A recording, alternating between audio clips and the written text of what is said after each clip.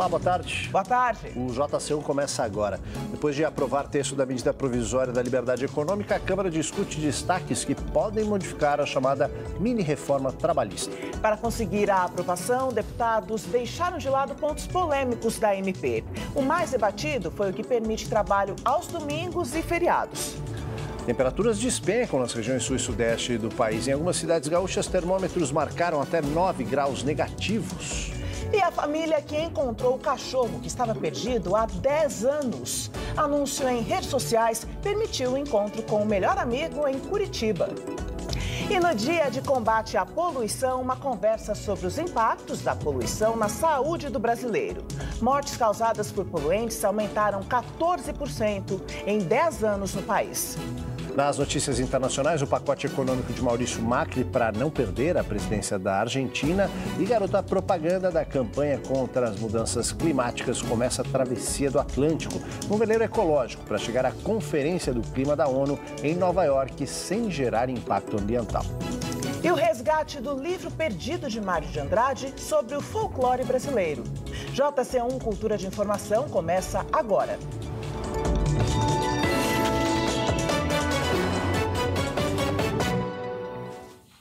Começa por um giro das notícias, principais notícias do país. O ex-médico Roger Abdelmaci, lembra dele? Ele passou a primeira noite no Hospital Penitenciário de Santana, na Zona Norte, aqui de São Paulo, depois da Justiça suspender a prisão domiciliar dele. E cidades da região da Serra Catarinense registraram temperaturas de até 9 graus negativos e geada. A temperatura mais baixa foi registrada na cidade de Urupema, hoje de manhã. Por lá, os termômetros chegaram a 9 graus negativos. Outras cidades que tiveram temperaturas baixas foram Bom Jardim da Serra e São Joaquim, com 6 graus abaixo de zero. Lages e Água Doce, com menos 4 graus, e Monte Castelo, com menos 3 graus. Uma camada de gelo cobriu a vegetação da região e muitos moradores aproveitaram para fazer bonecos de neve. O ex-médico Roger Abdelmaci passou a primeira noite preso num hospital penitenciário na Zona Norte de São Paulo. Ontem, a Justiça suspendeu a prisão domiciliar de Abdelmaci por suspeita de fraude nas declarações das condições de saúde dele. O ex-médico foi detido no apartamento em que mora, nos Jardins, bairro Nobre da capital paulista, e ficará pelo menos 30 dias preso para que seja feita uma perícia judicial. Roger Abdelmaci, de 75 anos, foi condenado a 181 anos por 48 estupros a 37 pacientes em sua clínica de reprodução e há 2 anos estava em prisão domiciliar. Um cachorro que estava desaparecido há 10 anos após fugir de casa foi encontrado pelos donos em Curitiba. Segundo a consultora comercial Karina Bren, que encontrou o Snoopy, o animal estava deitado numa poça d'água no meio da rua num bairro na região metropolitana. Ela resgatou o cachorro e publicou fotos dele nas redes sociais.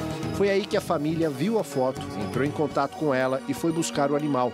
Também pelas redes, a consultora comemorou o reencontro e disse: viu na rua? Resgate. Às vezes tem alguém procurando e não sabemos. 10 anos, pois né? É, uma belo década presente. A gente também tem um recadinho para você que nos acompanha pelas redes sociais. Você pode participar do programa pelas redes com a hashtag JC1. Nosso Twitter é @jornal_cultura. Nosso Instagram é @JC1oficial. E a gente também está ao vivo pelo Facebook e pelo YouTube. A Justiça de São Paulo determinou que cerca de 1.000 famílias que vivem numa ocupação em Valinhos, no interior de São Paulo, saiam da área nas próximas 2 semanas. Na decisão, a juíza determinou que o terreno, que ficou 7 anos vazio, deve ser reintegrado à imobiliária Fazenda Eldorado, que pretende construir um condomínio no local. O barraco onde a família de Ana Carolina está hoje foi a solução encontrada para a deixarem de morar de favor. Nós não tínhamos emprego para pagar um aluguel, uma conta de luz, água, aí já não cabia no nosso orçamento. Há 1 ano e 3 meses, eles vieram para essa ocupação na fazenda onde o pai de Dailton trabalhava como segurança. A área estava desocupada há 7 anos. Antes disso, os proprietários tinham 2 anos dados pela justiça para utilizar o terreno como criação de gado, o que não aconteceu. Era só um meio de mato. A única coisa que tinha era mato. Só isso que tinha. Nos 12 anos que eu morei, só vi isso. A ocupação desta fazenda em Valinhos, no interior de São Paulo, se deu no dia 18 de abril do ano passado, um mês depois do assassinato de Marielle Franco. E por isso foi batizada em homenagem à vereadora. Hoje, cerca de 1.000 famílias vivem aqui, na esperança de conseguir um pedaço de terra para morar e trabalhar. Luciano produz mudas ao lado do barraco onde vive. É um meio de sustento meu e também que é uma forma para ajudar o acampamento. Mas a falta d'água tem prejudicado o cultivo. Este técnico agrícola explica que o objetivo é destinar os mais de 100 hectares da área a sistemas agroflorestais. O assentamento aumentaria a infiltração de água no solo, tá? E a especulação imobiliária, ela diminuiria a infiltração de água no solo. Não há qualquer incompatibilidade da reforma agrária, né, com a preservação ambiental. Há, inclusive, pelo que eu percebi por parte das famílias que estão lá ocupando o terreno, uma consciência disso. São muitas pessoas que estão lá e, pelo que eu pude perceber, o interesse das famílias é de contribuir para a preservação do meio ambiente e produzir alimentos sem agrotóxico, que seria aí a produção agroecológica. Em julho, o morador Luiz Ferreira, de 72 anos, morreu vítima de um atropelamento durante uma manifestação do MST em frente à ocupação. Ainda em luto, o assentamento recebeu a notícia no último dia 12 que foi expedida a segunda ordem judicial para que a fazenda seja desocupada. A primeira já havia sido revogada. Ela determina que os moradores da ocupação deixem o local 15 dias após a publicação. A gente vai recorrer porque também a sustentação para a reintegração de posse ela é frágil do ponto de vista da empresa que está solicitando, né, a autora do processo. Olha, em nota, o escritório J. Silveira Advocacia, que representa a incorporadora Fazenda Eldorado Empreendimentos Imobiliários, afirmou que a Justiça de São Paulo reconheceu a reintegração de posse e que a ocupação das famílias foi feita, abre aspas, de forma violenta e injusta, fecha aspas. A defesa negou a intenção da imobiliária de fazer um condomínio no local e disse que a área será usada para pecuária. Agora vamos para os assuntos de Brasília. A Câmara dos Deputados instala hoje a comissão especial que vai analisar a reforma da aposentadoria dos militares e o plano de reestruturação das carreiras nas Forças Armadas. Segundo o projeto enviado pelo governo, os militares passarão a contribuir mais para a Previdência Especial e a trabalhar mais tempo para terem direito a aposentadorias e pensões. A expectativa é de economia de 97 bilhões de reais em 10 anos. A proposta do governo também prevê a reestruturação das carreiras militares com reajustes de salário que vão custar 86 bilhões de reais no período. Com isso, a economia prevista com o projeto de reforma da Previdência dos militares cai para pouco mais de 10 bilhões de reais em 10 anos. A Comissão Especial da Aposentadoria dos Militares terá 34 integrantes sob a presidência do deputado José Priante, do MDB do Pará. O relator será o deputado Vinícius Carvalho, do PRB de São Paulo. Ele terá prazo de 30 dias para apresentar o relatório com o parecer para votação. E ainda na Câmara dos Deputados, acontece nesse momento a votação das propostas de mudança ao texto principal da medida provisória da liberdade econômica, que foi aprovado ontem à noite. É isso, a MP propõe facilitar a abertura de negócios e reduzir a burocracia, além de alterar pontos da legislação trabalhista. Depois de muita negociação e mudanças de última hora, a Câmara dos Deputados aprovou com folga a medida provisória da liberdade econômica. A última versão do texto foi fechada às 9 da noite. Alguns itens, como a criação do documento único para transporte de cargas, foram retirados no último momento. A equipe econômica acompanhou toda a negociação ao lado do relator, deputado Jerônimo Goergen, do PP do Rio Grande do Sul. O ponto mais polêmico foi a liberação do trabalho aos domingos e feriados, que acabou aprovado da seguinte forma pelos deputados. O trabalho fica liberado nesses dias, mas o empregado receberá em dobro ou ganhará uma folga. Ninguém poderá trabalhar mais do que 3 domingos seguidos no mês. A versão anterior permitia trabalhar 5 domingos seguidos, mas houve recuo para facilitar a aprovação da medida. Os outros pontos tinham consenso e não houve dificuldade. Os principais são os seguintes: pequenos comércios e prestadores de serviço não precisam mais de alvará para funcionar funcionar. O e-social deve ser substituído dentro de 3 meses por um sistema simplificado. É criada a carteira de trabalho digital, que será expedida por meio eletrônico pelo Ministério da Economia. Os empregadores terão 5 dias úteis para fazer as anotações de um novo funcionário na carteira eletrônica. E o trabalhador deverá ter acesso às informações em, no máximo, 48 horas após a inscrição. Empresas com até 20 funcionários são dispensadas de manter cartão de ponto. Em empresas maiores, a dispensa depende de acordo coletivo. Documentos públicos digitalizados passam a ter o mesmo valor que os documentos originais. Registros feitos em cartório podem ser escriturados, publicados e conservados em meio eletrônico. É o caso do registro civil de pessoas naturais, constituição de empresas e registro de imóveis. O presidente da Câmara, Rodrigo Maia, acredita que esses itens do texto principal não serão mais alterados pela votação dos destaques. A retirada de outros foi para evitar a contestação na Justiça. Alguns temas que iam gerar judicialização, né? Iam gerar mais insegurança jurídica do que segurança. Segundo, temas que, do ponto de vista regimental e constitucional, não tem relação com a medida provisória e iam cair no Supremo. Então, era melhor a gente concentrar no escopo da medida provisória editada, que era tratar da liberdade econômica. Depois da Câmara, o texto segue para o Senado, onde a votação tem que ser concluída até o dia 27 de agosto. Caso contrário, a medida provisória perderá a validade. Bom, e para avaliar o impacto dessas mudanças sobre os trabalhadores, nós vamos conversar agora ao vivo com o José Silvério, que é coordenador de Relações Sindicais do DIEESE. Então, boa tarde, José Silvério. Obrigada por nos atender aqui no JC1. E eu te pergunto qual é a avaliação que vocês fazem do texto final da medida provisória que propunha essa mini-reforma trabalhista. Boa tarde, Joyce. Primeiro uma correção, é José Silvestre.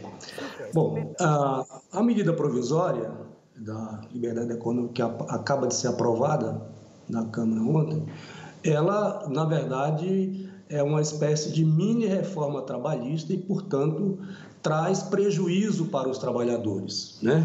Um exemplo disso é o fim de semana, trabalhar os domingos, né? Tá liberado, por exemplo, trabalhar os domingos. Outro é revogar 25 dispositivos da CLT, né? Que exigia inspeção e segurança, medicina do trabalho para abertura de atividades. Então, do ponto de vista dos trabalhadores, é difícil encontrar, né, pontos, aspectos da medida que sejam, digamos, benéficos, né? Outro, abertura dos bancos aos domingos, né? Quer dizer, em que isso vai trazer benefícios, vantagens do ponto de vista dos trabalhadores. Silvestre, então, não me parece... Me permita aqui uma questão. Um dos pontos importantes é a redução da burocracia. Isso, em tese, abriria oportunidades para o empreendedorismo, facilitaria a contratação de pessoas pelas empresas. Na verdade, essa é a justificativa apresentada na hora de se assinar essa medida provisória. Isso não amplia, na visão de vocês, oportunidades para o emprego? Veja, Celso, Quiroga, ninguém em sã consciência deixa de ser favorável à redução da burocracia. Mas a burocracia, o que o governo está falando em relação à redução da burocracia, não implica necessariamente em melhoria das condições de trabalho, de gerar empregos. É óbvio que, do ponto de vista se você facilita a abertura de pequenos negócios, de empreendimentos, não tem como não dizer que isso traz benefício para aquelas pessoas. Mas, veja, é um argumento, no mínimo, pobre para dizer que, diante de uma situação econômica que nós estamos, com cerca de 13 milhões de empregos, isso é um oceano, é um grão de areia no oceano. Achar que essa medida provisória vai ter condições de gerar emprego, né, numa magnitude, né, que se faz necessária para as condições, né, para o desemprego que nós estamos enfrentando no Brasil. Então, me parece que a narrativa é muito mais para justificar esses pontos, né, do que propriamente ter a possibilidade e a capacidade de geração de emprego. Quer dizer, não é isso que vai melhorar as condições do mercado de trabalho no sentido de gerar emprego. Então, é nesse aspecto que a gente está avaliando que a medida provisória não traz benefício do ponto de vista dos trabalhadores de uma maneira geral. Ok, Silvestre, obrigado pela sua análise aqui, sua contribuição para o JC1. Você em casa, né, percebeu, a gente vai continuar nessa tramitação hoje na Câmara e depois esse texto segue para o Senado, onde ainda será discutido e a gente espera, claro, que o texto traga efeitos concretos para essa situação de desemprego que afeta todo mundo, está todo mundo preocupado. Vamos mudar de assunto. Itaú Cultural abre hoje em São Paulo a ocupação Vladimir Herzog, com trabalhos do jornalista morto pela ditadura militar enquanto era diretor de jornalismo aqui da TV Cultura. Hoje ele dá nome à nossa redação. Vladimir Herzog sempre foi um apaixonado por cinema. A exposição mostra várias produções dele, como reportagens, depoimentos, fotografias, além de filmes e projetos de filmes que ele queria ter produzido aqui no Brasil. O Vlado foi morto aos 38 anos depois de se apresentar voluntariamente na sede do DOI-CODE para um interrogatório aqui em São Paulo no dia 25 de outubro de 1975. E agora eu vou conversar com Claudinei Ferreira, que é curadora aqui da exposição. Boa tarde, Claudinei. Boa tarde. Um novo olhar do Vlado, é isso que está representado aqui? Um novo olhar e um olhar ampliado, né? Pela primeira vez, essa é a primeira exposição sobre Vladimir Herzog, é bom que se diga. E pela primeira vez há um trabalho sobre a questão do jornalismo, né? Porque ele era um importante jornalismo. Há um trabalho todos de pesquisa sobre a relação dele com o cinema, que era o grande sonho dele, era ser um profissional de cinema. E nós temos o caso Vladimir Herzog, o famoso caso Vladimir Herzog, com talvez o maior apanhado com documentação sobre o caso. Portanto, essa exposição é para ampliar o olhar das pessoas do Vlado como profissional e do caso Vlado. E a exposição abre hoje às 8 da noite, aqui no Itaú Cultural, na Avenida Paulista. A entrada é gratuita e a exposição fica até o dia 20 de outubro. Quem não estiver em São Paulo pode entrar no site do Itaú Cultural. É www.itaucultural.org.br e ter acesso a alguns dos conteúdos que estão disponíveis aqui na ocupação Vladimir Herzog. A gente vai para o nosso tema do dia. A poluição do ar é um agente tóxico, muitas vezes invisível, que provoca danos graves para quem vive, né? Para a saúde de quem vive, principalmente nas grandes cidades. É isso aí. O investimento em transporte público limpo e de qualidade pode tirar das ruas centenas de milhares de carros e ônibus e melhorar diretamente a saúde da população. Muita gente e muito escapamento. O resultado é uma população doente por causa da poluição. São vários componentes associados com a poluição do ar. Por exemplo, o monóxido de carbono. Ele é um poluente que, ao você respirar esse gás dentro do seu pulmão, esse monóxido de carbono, ele se associa no sangue com as moléculas que carregam oxigênio, que é a hemoglobina. Essas moléculas, ao invés de estarem levando oxigênio para os seus tecidos, os seus músculos e os seus órgãos, está carregando monóxido de carbono. Isso reduz a oxigenação dos tecidos e isso tem vários efeitos graves sobre a saúde. No Brasil, as mortes em decorrência da poluição atmosférica aumentaram 14% em 10 anos. Nesse período, o número de óbitos por doenças crônicas não transmissíveis passou de 38 mil em 2006 para 44 mil. A constatação é do estudo Saúde Brasil 2018, do Ministério da Saúde. O número de mortes evitáveis por essas doenças cresceu, assim como a exposição ao ozônio em todo o país, com destaque para os grandes centros urbanos e estados castigados pelas queimadas. Um estudo da Organização Mundial da Saúde classificou as 15 cidades brasileiras com maior grau de poluição do ar. Os níveis podem ser de até 20 microgramas de poluentes por metro cúbico de ar.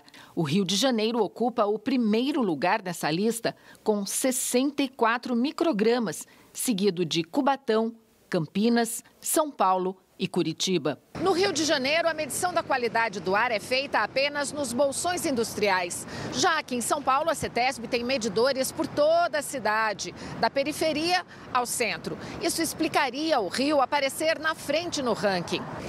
Além disso, quem estuda o problema diz que mais grave do que a quantidade de poluentes no ar é o tempo que as pessoas ficam na rua respirando a poluição.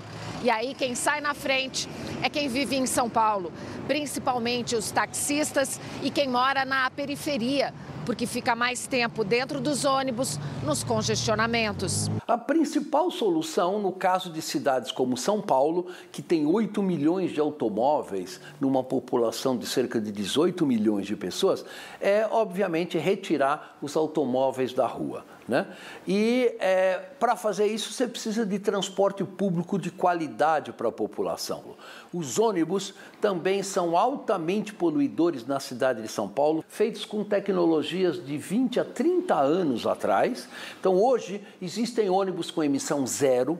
Resolvendo a questão dos ônibus, você resolve pelo menos 50% das emissões de poluentes na cidade de São Paulo. Nós precisamos melhorar o transporte público de massa, expandindo o metrô de uma maneira rápida e de uma maneira a atingir principalmente as periferias das cidades, onde a densidade populacional seja maior. Bom, são várias as ações necessárias que precisam ser pensadas em conjunto para se combater a poluição. E para falar sobre isso, sobre os impactos dos poluentes no corpo humano, nós convidamos o médico Paulo Saldiva, que é diretor do Instituto de Estudos Avançados da USP. Doutor Saldiva, muito obrigada por estar conosco. Bom, Joyce, Aldo, telespectadores, um prazer estar aqui. Uma alegria recebê-lo. Doutor Saldiva, quais são as recomendações em relação à poluição? O senhor esteve agora no encontro da ONU em julho, né, que trouxe o conhecimento científico de diversos países em relação ao combate à poluição. O que se trouxe desse encontro? Bom, a poluição que nos anos 80 você ainda não sabia se fazia mal, hoje, passados 30 anos, ela passou a ser um tema que já está nos livros textos de medicina. Todo aluno aprende, quer dizer, o que era uma dúvida passou a ser uma certeza. E isso fez com que as academias de ciência do mundo montassem um tirão para fazer um texto não para cientistas, mas para políticos. Porque agora a questão é como reduzir. Esse texto que está na tua mão, que está nesse ele documento. Foi um consenso do qual a Academia Brasileira de Ciências fez, simbolicamente foi a Academia de Ciências dos Estados Unidos, da Alemanha, da África do Sul e do Brasil, representando a Europa, a América do Norte, a América do Sul e a África. E mais a Academia de Medicina dos Estados Unidos, nós nos reunimos durante uns 6 meses, coletamos as evidências e fizemos propositalmente simplificado o conjunto de ações que tem que ser feito. A mensagem básica é um problema sério em escala global, entre 6 a 7 milhões de pessoas morrem por ano nisso. No Brasil, 44 mil, que é mais ou menos o mesmo número das mortes no trânsito e homicídios. Ela tem solução para ser feita, lógico que tem um preço, mas a boa notícia é que o preço de pagar a mudança é menor do que o que você ganha de saúde, evitando gastos de internação e de perda de anos de vida produtiva.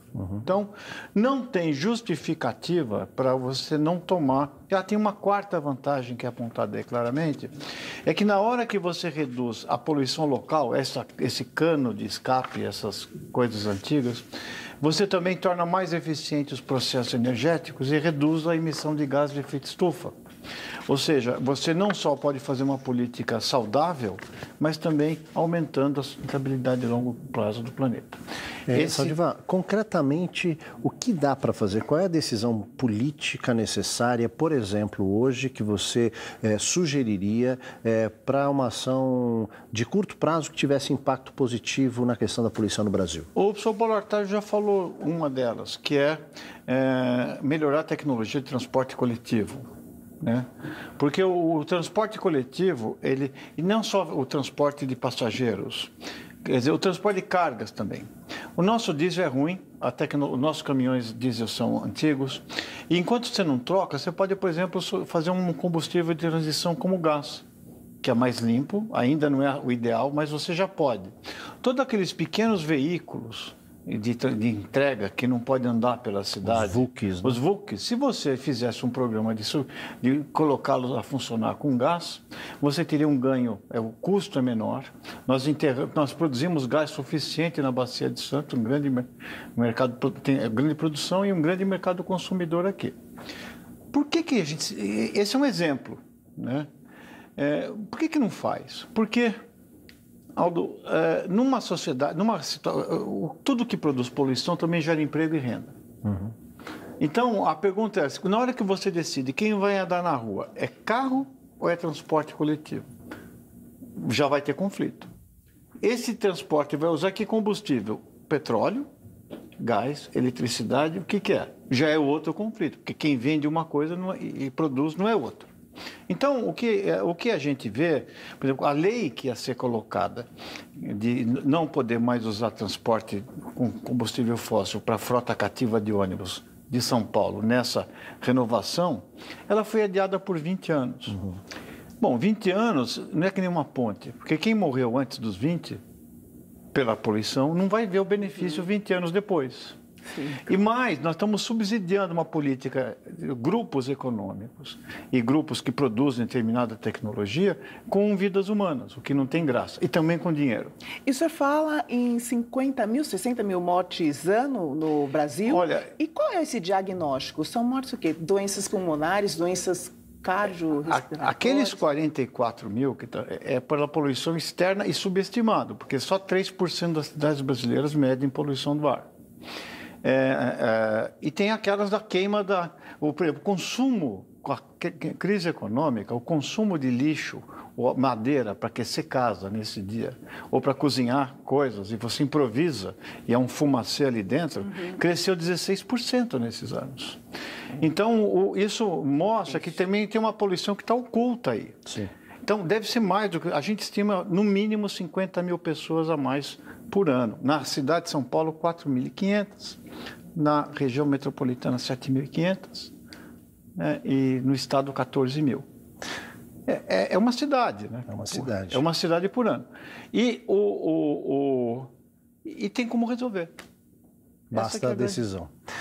Saldiva, obrigado pela tua participação aqui. Eu acho que você coloca este raciocínio quando você fala que a gente está subsidiando determinados setores econômicos com vidas humanas. Eu acho que você coloca as coisas nos seus devidos lugares. E isso, confesso a você, é extremamente chocante, é impactante a gente pensar dessa forma. A gente espera que essas informações sensibilizem, né, quem toma decisão, quem precisa acompanhar você em casa, as pessoas em quem você votou, para que as decisões elas sejam tomadas no caminho da solução, né, como você falava. A gente agradece muito pela participação aqui no JC. A oportunidade é minha, um prazer estar aqui. Muito obrigado, um abraço para todo mundo. Valeu. Obrigada, doutor. A gente vai falar ainda um pouquinho mais sobre isso, sabe por quê? A gente aproveitou esse dia de combate à poluição para falar desse tema fora do estúdio, ocupando aí o nosso, aqui do jornal, Espaço das Artes. A gente foi para uma galeria subterrânea. A gente não, né? O Cadu Cortez, é ele que está por lá. Boa tarde, Cadu. O que você tem para mostrar para a gente? Essa arte relacionada com a poluição. Conta aí.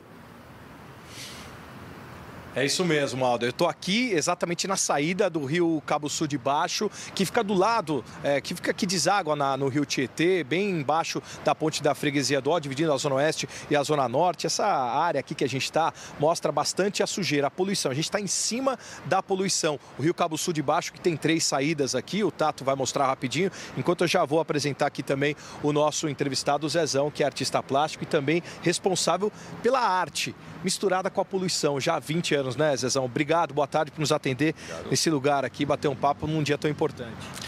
Então, a gente está aqui ao vivo aqui nessa região da Zona Norte, né? Numa galeria onde há 20 anos eu frequento para trazer a minha arte e a cada ano que passa eu vejo que a poluição aumentou, que não existe um cuidado das empresas públicas e também da própria sociedade, né? De algumas pessoas que não têm o cuidado com o descarte do lixo. Então a gente pode ver aqui pneus, plástico, madeira, né? E, resumindo, a gente está entre essa poluição aqui o rio poluído e as centenas de carros que passam diariamente, né, contribuindo para essa poluição do planeta, então é muito triste mesmo. Agora, essa sua arte, Tato, não sei se a gente consegue mostrar, está bem do seu lado aí, também atrás, né? A intenção é mostrar um pouquinho dessa relação da água, da poluição, conta um pouquinho pra gente. A minha arte sempre veio com essa contestação do meio ambiente, né? Sempre valorizando a água potável, a importância da água para o planeta, para nós, né? E eu venho sempre trazer isso aqui para fazer esse contraste, esse protesto, né? Tentar chamar atenção com a minha arte. Então é esse o propósito maior mesmo. Valeu, obrigado, Zezão. Obrigado a vocês aí. É isso aí, meio em cima da poluição aqui, aquele cheiro incrível, difícil de aguentar, a gente volta com vocês no estúdio. Valeu pelo esforço aí, Cadu, um abraço pro Zezão. O que a gente faz aqui no JC1, trazer a arte também, a importância da arte, para que você em casa também busque seus espaços de arte para, enfim, poder elaborar tudo isso que nos contextualiza, né? A gente vai para o intervalo agora, rapidinho. Isso porque depois tem o pacote de Maurício Macri para tentar recuperar a vantagem na corrida presidencial da Argentina. E a garota propaganda das manifestações estudantis pelo clima embarca para a travessia do Atlântico num veleiro sustentável. A gente volta já.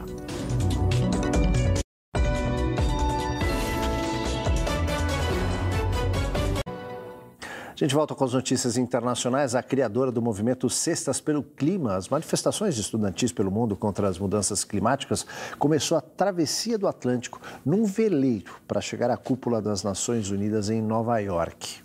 E imagens de satélite mostram tanques chineses de prontidão na fronteira com Hong Kong.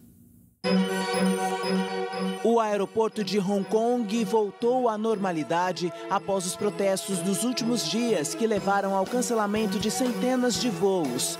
Hoje, manifestantes usando tapa-olhos se reuniram no local em solidariedade a uma jovem ferida pela polícia.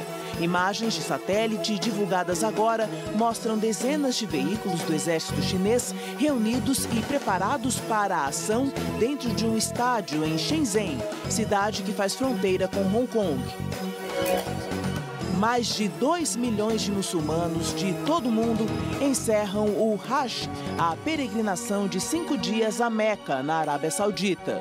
Todos os fiéis precisam fazer a visita ao menos uma vez na vida.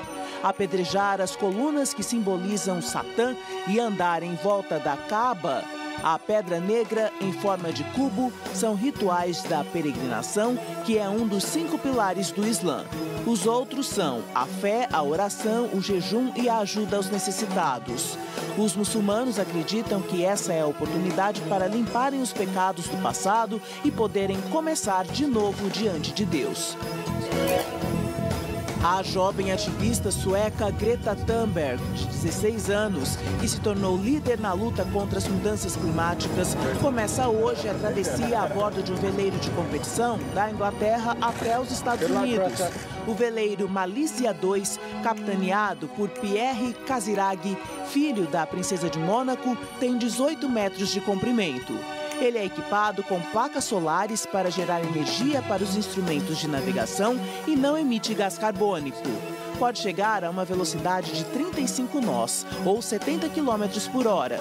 O conforto é bem limitado a bordo do veleiro, que não tem chuveiro e um pequeno balde plástico serve como banheiro. Mas Greta, que quer sensibilizar os adultos a tomarem as decisões necessárias contra as mudanças climáticas, disse que não se pode pedir muito quando se atravessa o Atlântico de graça, agradecida pelo que se tem. E na Argentina, o presidente Maurício Macri tenta reverter a derrota em primeiro turno e anuncia uma série de medidas econômicas. Entre as medidas anunciadas por Macri está o congelamento do preço da gasolina por 90 dias e o pagamento de um bônus de 2.000 pesos extras aos trabalhadores privados e públicos em setembro e outubro. Empregados públicos e as Forças Armadas vão receber ainda um bônus de 5.000 pesos no final do mês. E o salário mínimo será aumentado, mas Macri não divulgou o valor. As pequenas e médias empresas também serão beneficiadas com o financiamento de obrigações tributárias em até 10 anos. A oposição diz que o anúncio é uma medida desesperada para reverter a reprovação causada pela crise econômica. Depois da Previdência, a reforma tributária passa a ser a prioridade do governo no Congresso Nacional. Esse é o tema do Opinião, que vai ao ar hoje às 11h15 da noite. Visitamos uma das maiores redes varejistas do país. O setor tributário tem 60 colaboradores para cuidar de impostos, taxas e contribuições. São 3 meses por ano para dar conta de toda essa matemática. Enquanto isso, o governo estuda uma proposta para simplificar a burocracia. E qual a opinião das pessoas nas ruas?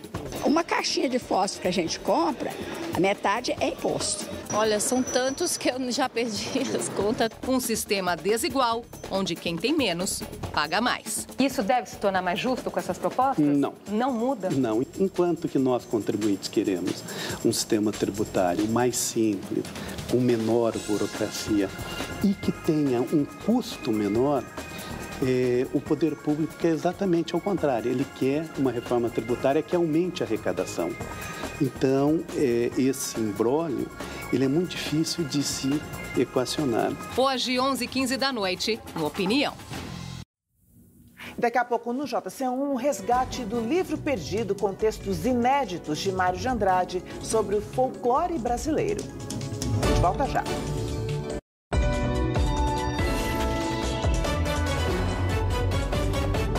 Vai ser lançado em São Paulo um livro que reúne trabalhos inéditos do escritor Mário de Andrade sobre o folclore brasileiro.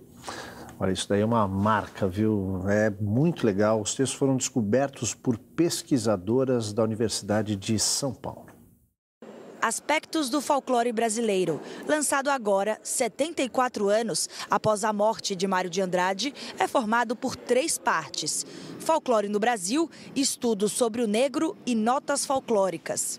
Eu acredito que o maior legado para nós hoje é entender como, para um pesquisador, um intelectual e escritor como Mário de Andrade, a cultura brasileira. E no momento como a tinha uma ideia, em muitos lugares, uma ideia de primitivo, civilizado, de culturas com hierarquias, vamos dizer, para Mário de Andrade não. Foram 20 anos de estudos de Mário de Andrade.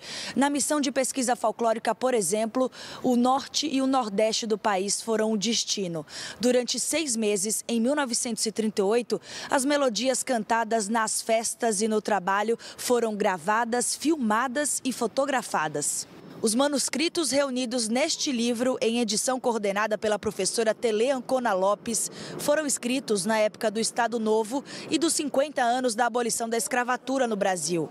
Este projeto temático da FAPESP foca no preconceito contra o negro no folclore, uma abordagem nova naqueles tempos. Um intelectual como Mário de Andrade, enquanto diretor do Departamento de Cultura de São Paulo, em 1938, projetar, arquitetar umas comemorações de 15 dias do cinquentenário da abolição, sendo que no último dia ia terminar numa congada na Praça da Sé, isso era muito revolucionário para a época. Justamente no momento em que ele é afastado do Departamento de Cultura, é o momento em que o cinquentenário da abolição está acontecendo, as comemorações estão acontecendo. Tudo isso que ele projetou como diretor do Departamento da Cultura serve para a gente entender o quanto ele também foi perseguido por ter essa interpretação da cultura negra no Brasil. Muito bacana esse registro. Por falar em registro, fazer o registro dos internautas, as mensagens que vocês mandaram para a gente. Olha só, a gente separou aqui. O José Leite Coura, ele diz assim: doutor Saldiva, quais políticos e partidos já leram esse documento, né, que o Saldiva falava aqui, da cúpula do meio ambiente, estão desenhando projetos para resolver esse problema? A resposta aqui fora do ar, ele falava aqui pra gente, né, Joyce, que ele está terminando esse texto em setembro, né, e logo depois, até o final desse segundo semestre, isso será entregue para o Ministério da Saúde, né, para o governo federal, né, para os ministros e tal. O Lupércio escreveu: nosso povo está em guerra contra a burocracia e tributos, falando da MP da Liberdade Econômica. A Maria Isis questionando, né, a reforma trabalhista já prometiu o aumento do número de empregos e, no entanto, reticências ela coloca aí, né? Participe, mande suas sugestões, suas opiniões pelas redes sociais, né? Estamos esperando as suas mensagens pela hashtag JC1, nosso Twitter, anota aí, @jornal_cultura. O nosso Instagram é o @JC1oficial e nós também estamos ao vivo pelo Facebook e pelo YouTube, Jornalismo TV Cultura. É isso aí. Boa tarde para você. A gente te espera aqui amanhã, à 1h da tarde. Até lá. Tchau.